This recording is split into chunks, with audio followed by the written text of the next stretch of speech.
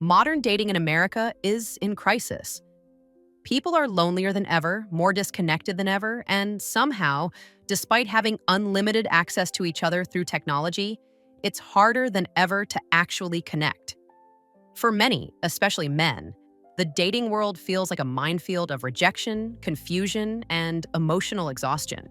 Swiping culture has reduced attraction to an algorithm.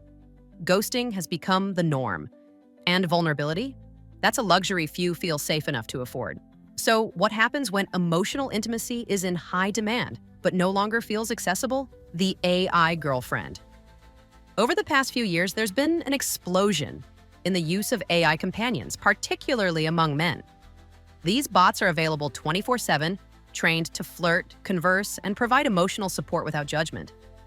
And it's not just a passing trend, it's a full-blown phenomenon. Apps like Replica, Anima, Nomi, and dozens of others have skyrocketed in popularity. Men are paying real money, sometimes thousands of dollars, for digital love.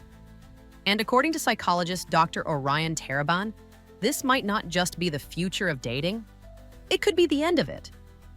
In his recent interview, Taraban didn't mince words. He warned that real, organic human relationships may soon become the exception, not the rule. Why? Because AI partners offer something that real people don't. Perfect predictability. They never argue. They never leave. They always remember your name, your favorite band, the way you like to be spoken to. They provide affection on demand and adapt to your emotional state. And for many men, especially those who've been burned by modern dating culture, this isn't just comforting, it's addictive. But let's take a step back. How did we get here? In the US, marriage rates have been steadily declining for decades. The number of adults under 30 who've never had a committed relationship is at an all-time high. Both men and women are expressing dissatisfaction with dating, but in very different ways. Women are tired of emotionally unavailable men, the constant barrage of low-effort attention, and being reduced to aesthetics.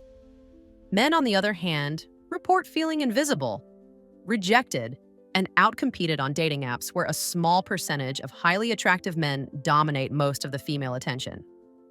This imbalance has created a sense of despair and, in some cases, resentment. It's not that people don't want to connect, it's that they no longer know how.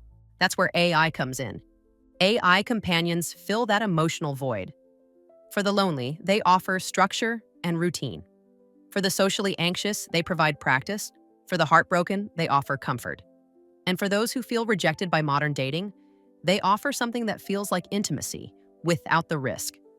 These bots are designed to validate you. They never say the wrong thing unless you program them to. They're not messy, not unpredictable, not human. And that's exactly the appeal. But here's the problem. What happens when more people choose the illusion of connection over the messy, inconvenient, but deeply meaningful reality of it?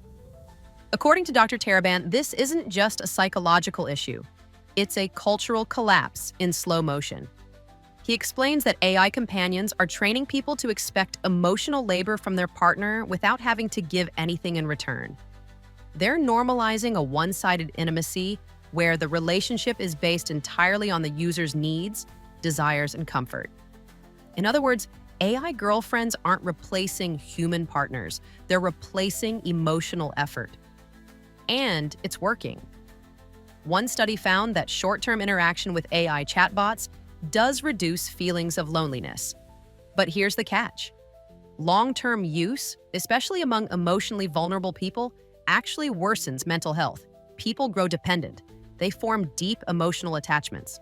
And when the AI app glitches, updates, or is deleted, they experience grief, heartbreak, even depression. Some users have even reported suicidal ideation after losing their favorite AI bot. This is especially dangerous when you realize these bots are constantly evolving. Developers are now adding memory, voices, images, even AR integration. In a few short years, AI girlfriends will feel nearly indistinguishable from real people and perhaps even preferable. As Dr. Taraban says, when people stop experiencing the emotional friction that comes from dealing with another human being, they lose the capacity to tolerate it.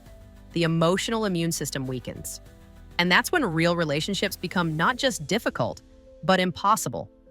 And here's the kicker. This isn't just a men's issue. Yes, men are the primary users of these platforms now, but women are also turning to AI boyfriends, therapy chatbots, and emotionally responsive digital assistants. In a world where everyone is tired, emotionally guarded, and overstimulated, AI feels like the safer option. You can be vulnerable without risk. You can feel loved without compromise. But is that really love? One of the most chilling things Dr. Taraban points out is that many AI users report a deep fear of being judged by real people. These users aren't antisocial. They're emotionally bruised. They've tried dating, they've been rejected, they've been ghosted, they've been cheated on. And now they're retreating, not into solitude, but into simulation. And the longer they stay there, the harder it becomes to come back. And what does this mean for the future? We're already seeing the consequences. Fewer marriages, plummeting birth rates, a rise in emotional outsourcing, where therapy is replaced by journaling apps, friendships are replaced by group chats, and romantic partners are replaced by code. As real connection becomes harder, people settle for connection-like experiences. Dr. Taraban calls this the commodification of intimacy and warns that it's only going to get worse. But here's what makes it all so complicated. Not all AI users are desperate or lonely. Some are highly functional, even charismatic individuals who simply don't see the value in modern dating anymore. Why chase something that feels rigged against you when you can open an app and feel seen immediately? Why endure rejection, awkwardness, or emotional labor when you can get a digital partner who's always in a good mood? And that's where this gets scary. Because this isn't just about loneliness, it's about control. AI partners don't have needs, boundaries, or bad days, they exist to serve you. And once people get used to that kind of dynamic, the idea of being with a real person, with flaws, contradictions, and a mind of their own starts to feel less like a relationship and more like a burden. But the truth is this: intimacy without discomfort isn't intimacy. It's performance. Real relationships are hard. They're messy. They require compromise, patience, and self-reflection. They challenge us in ways AI never can. And that's what makes them worth it. If we continue down this road where people choose the illusion of love over the reality of it, we risk becoming emotionally numb. As Dr. Taraban puts it, the danger isn't that AI will become more human, it's that humans will become less human in response. So what's the solution?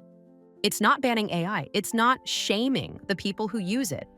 It's rebuilding a culture that values vulnerability, emotional resilience, and the messy, complicated beauty of real connection. It's teaching people, especially young people, that love isn't supposed to be convenient. It's supposed to be real. Because once we start settling for imitation, we slowly forget what the real thing felt like. So whether you're single, in a relationship, or talking to a chatbot at 2 a.m., ask yourself, are you chasing connection or just control? Because love, in its truest form, doesn't always make you feel safe. Sometimes it makes you grow.